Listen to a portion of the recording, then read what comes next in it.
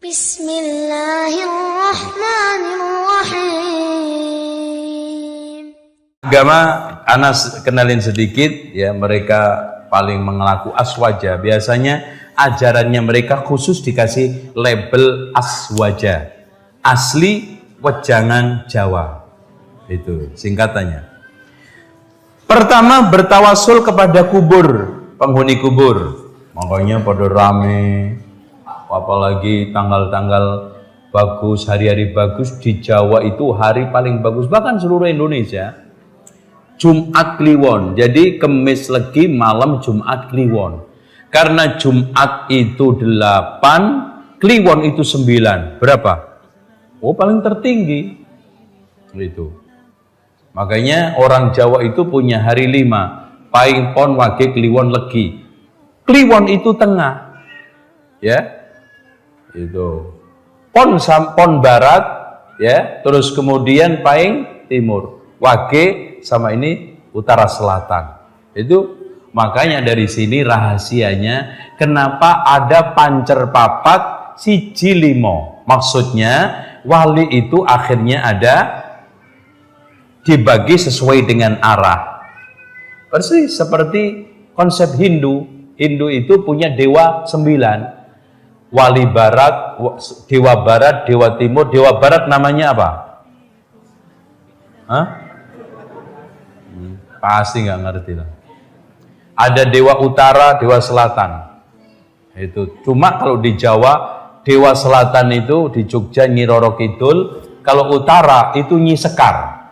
Kemarin kan nikah sama Mbah Kodok itu. Nah, antum nggak ngerti di media kan? Ada pernikahan Mbah Kodok dengan Nyi Sekar kan di Ngawi itu. Ditanya, kenapa Mbah nggak nikah sama Nyi Roro Kidul? Wes punya suami onak. Ini belum. Masya Allah. Anehnya diresepsiin persis seperti pernikahan bener. Alhamdulillah, masya Allah. Ini. Terus kan terus barat daya barat timur kan 8, tengah 1 namanya 9. Itu. Terus kemudian mereka meminta syafaat kepada Nabi. Ya, biasanya baca ya Rabbi bil Mustafa baligh maqasidana waghfir lana ma madha ya wasi'al karami ya akramal khalqi liman alu tubihi siwaka inda ulu hadizil amimi. Itu biasanya disebut dengan qasidah burdah, dilagukan itu, dan berbagai macam lagu bisa semua. Menyuburkan istighosah kesyirikan, istighosah kepada danyangan, keramatan, dan yang lainnya. Itu masya Allah di mana-mana terjadi. Bahkan di dalam kitab Syekh Manaqib Abdul Qadir Jailani disebutkan, ya ibadallah rijalallah aghisuna bifadlillah. Subhanallah. Ibadallah rijalallah aghisuna bifadlillah. Sama qasidah burdah tadi. Wahai makhluk yang mulia, kepada siapa lagi aku berlindung ketika musibah menimpa kami kalau tidak kepada engkau. Terus memuja manaqib Syekh Abdul Qadir Jailani.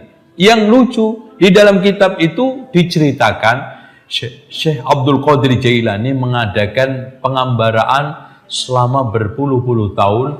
Ternyata ketemu dengan Nabi Khidir di pantai, ya, di pantai laut, nggak disebutkan di mana.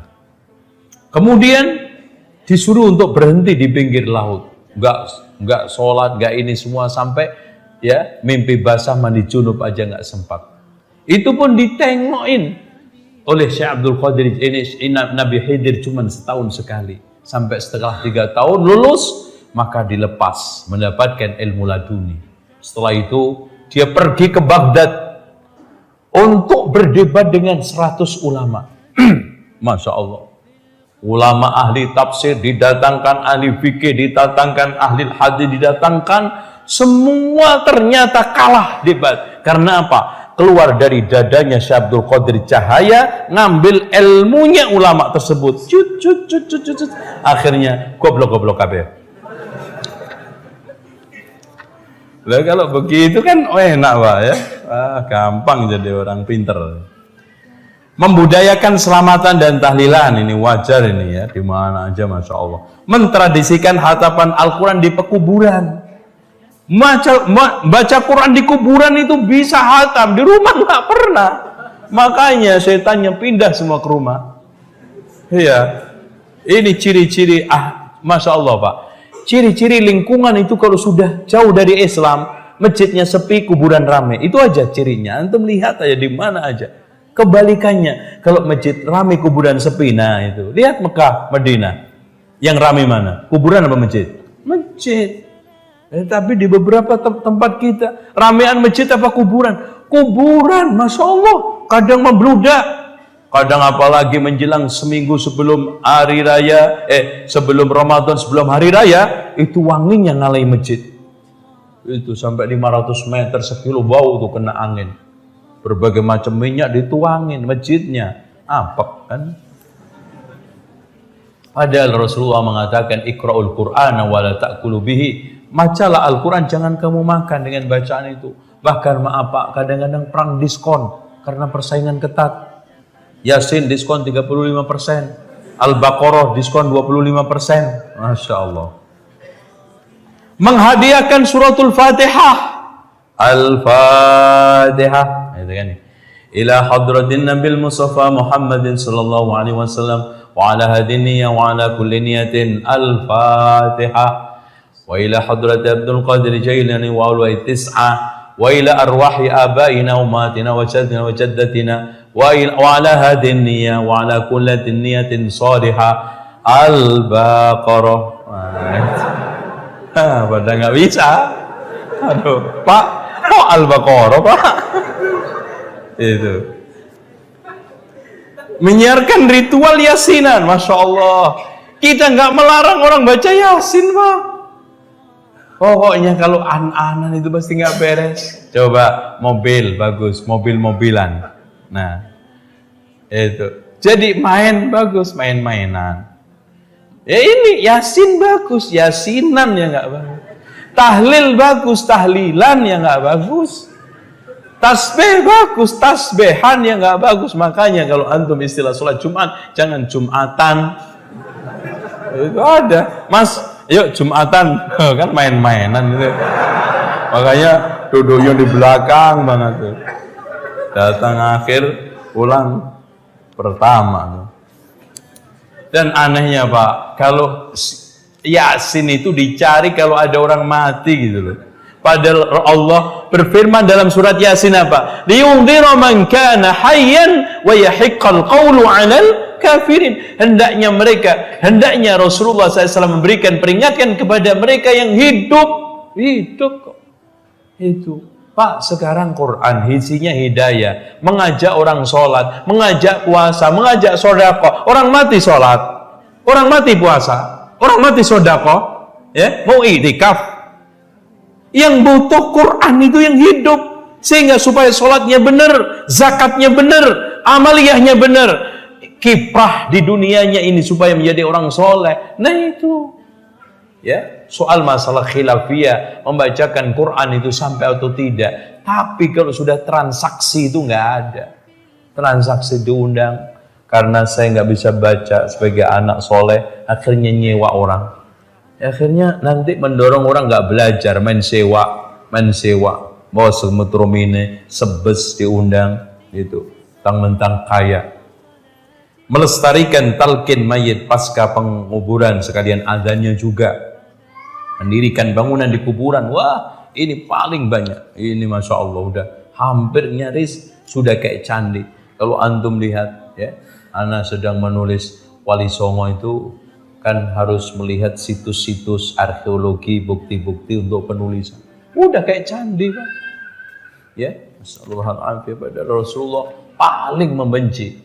Kuburannya sendiri aja dia berdoa. Allahumma la taj'al qabri wathanan yu'bad. Ya Allah, janganlah jadikan kuburanku ini sebagai berhala yang disembah. Menyakralkan ziarah Wali Songo. Padahal la tusyaddur rihal, kita tidak boleh melakukan syaddur rihal kecuali ketiga, Masjidil Haram, Masjidil Nabawi, Masjidil Aqsa. Ini hadis ada di dalam Bukhari Muslim. Anehnya kok kayaknya nggak dilirik hadis itu. Nah, menghidupkan maulid agung dan hari-hari besar Islam. Itu lagi maulidan. Ya. Wah, itu sudah paling sakral. Persiapannya dari asar, maghrib, isya. Itu nggak sholat jamaah di masjid. Stop dulu. Karena masjidnya dipakai peringatan agung. Terus sholatnya di mana Pak? Udah gampang, di rumah masing-masing. Terus gimana Pak? Sholatnya kok di ya Allah Maha Penyayang, tenang aja. Dengan kita membaca sholawat nanti dapat syafaat Rasulullah SAW. Itu udah. Ya, itu dalil utamanya. Nah, fanatis terhadap mazhab Imam Syafi'i. Tapi anehnya, nggak kenal Imam Syafi'i kecuali 5-6. 1 kunut. Iya, Pak. Bapak kenal Imam Syafi'i sebutkan Pak. Ya kunut, udah. Kunut. Nomor 2, membaca Fatih Bismillah keras. Imam Syafi'i. Kalau enggak Syafi'i. Kemudian yang ketiga, apa lagi? Sholat tarawih 20. Kalau enggak 20, enggak Syafi'i. Kemudian yang ketiga, yang keempat, apa? Usolli fardhu dhuhri 4 raka'atin mustaqbilal qiblati. Makanya pernah ada orang kata Syekh Utsaimin sholat di depan Masjid Ka'bah. Setelah sholat ditegur sama Badui bahasa Arab Arab Indonesianya begini, Pak, kurang masih ya. Kok kurang? Sebutin jaraknya dengan Ka'bah berapa meter, tanggalnya, bulannya, tahunnya, biar malaikat nyatetnya lengkap. Itu. Siapa sih yang enggak keliru? Ya namanya duhur, ya pastilah duhur. Sholli fardhu dhuhri, emang maghrib Pak? Ya, 4 rakaatin mana ada duhur 6 rakaat. Makmuman ya di belakang, mau apa Bapak udah di belakang ya pasti makmum. Itu mustaqbilal qiblah, ya sudah ke sini, mau ngadap kemana? Itu diulang-ulang. Lah ma fi faedah. Nawaitu shauma ghadin an adai pardi syahri. Kok pardi syahri? Itu.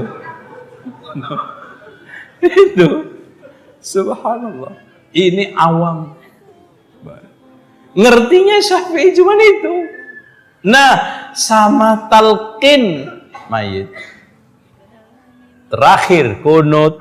Udah itu. Antum adik yang namanya Syafi'i di benak mereka 6 itu, wes nggak goyang-goyang. Antum puter-puter paling pindah nomornya dok, gitu. Nomor urutannya gitu loh. Kadang yang mendahulukan kunut, kadang mendahulukan talqin gitu aja. Itu Pak, sayang kan Pak. Imam Syafi'i begitu besar, bahkan ulama sepakat mujaddid abad yang keduanya adalah Imam Syafi'i, ketiganya Ahmad bin Hanbal dan seterusnya. Pertamanya siapa? Umar bin Abdul Aziz, karena pas penghujung 100, karena wafat beliau tahun 91 Hijriah. Itu Masya Allah. Kita kasihan nama besar Imam Syafi'i, kesungguhan Imam Syafi'i. Contoh aja soal masalah sholatul jamaah di masjid, lihat. Imam Syafi'i apa pernah absen? Enggak pernah. Ya. Tapi pendapatnya Imam Syafi'i yang sholat jamaah fardu kifayah dipelintir. Ya, fardu kifayah itu apa? Yang penting ada sekelompok orang sholat, yang lainnya gugur. Tapi yang gugur siapa? Ayo. Saya. Itu. Yang gugur kenapa Bapak gitu. Nah, ta'assub pada sholat tarawih yang 20. Soalnya pokoknya bahkan kadang-kadang sampai masjid itu sholat tarawihnya sip. Gelombang 2, gelombang 3. Gelombang tarawih 11, gelombang tarawih 20. Ya. Nanti gelombang qiyamul lail. Nah, rumah rusak. Nah, selanjutnya ini yang paling parah juga. Mereka mensucikan kitab berjanji.